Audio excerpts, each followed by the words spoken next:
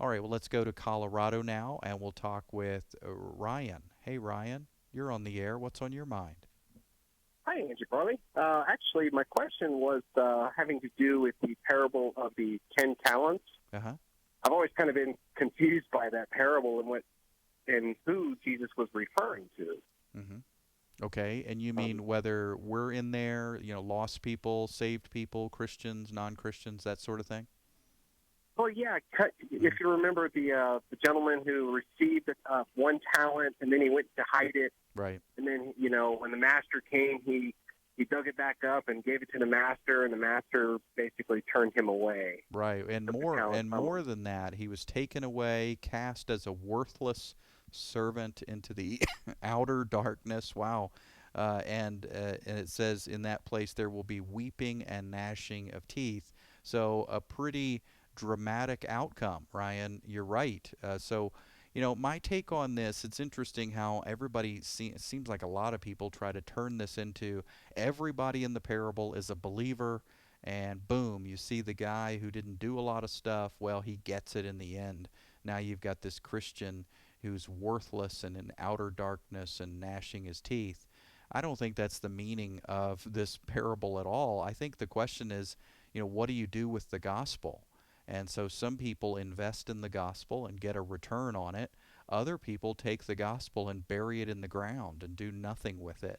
So they're not investing in the message. They're literally burying the message in the ground and saying, no, thank you. And so there's no return on it. There's no yield on it. So to me, that's akin to some of these other parables that Jesus tells. I mean, the rocky ground, the stony ground versus the fertile ground, and the ground where the birds come and snatch up the seed, and some ground yields fruit and other ground does not. And now we've got this parallel parable here about these talents. And so you find that some of these talents are being invested by people, other people are burying them in the ground and not getting a return on them.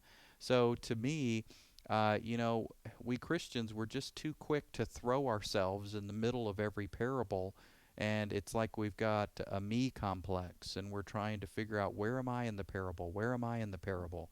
And sometimes we're not there. I mean, sometimes we're just not there. Sometimes Jesus is talking about enemies of God, rejectors of the gospel, people that do not believe in him. So we have to allow room for Jesus. I mean, before the cross, before the resurrection, talking to Jewish people, sometimes we just have to allow him to have these parables mean what they mean without us trying to throw ourselves in the middle. So my take is, this worthless servant of this master, I mean, he's an unbeliever. He's thrown into outer darkness throughout the New Testament and the writings of Peter, James, John, and Paul. Every single person that experiences darkness is an unbeliever in the epistles. And what they're doing in the epistles is simply carrying on the message that Jesus is describing here.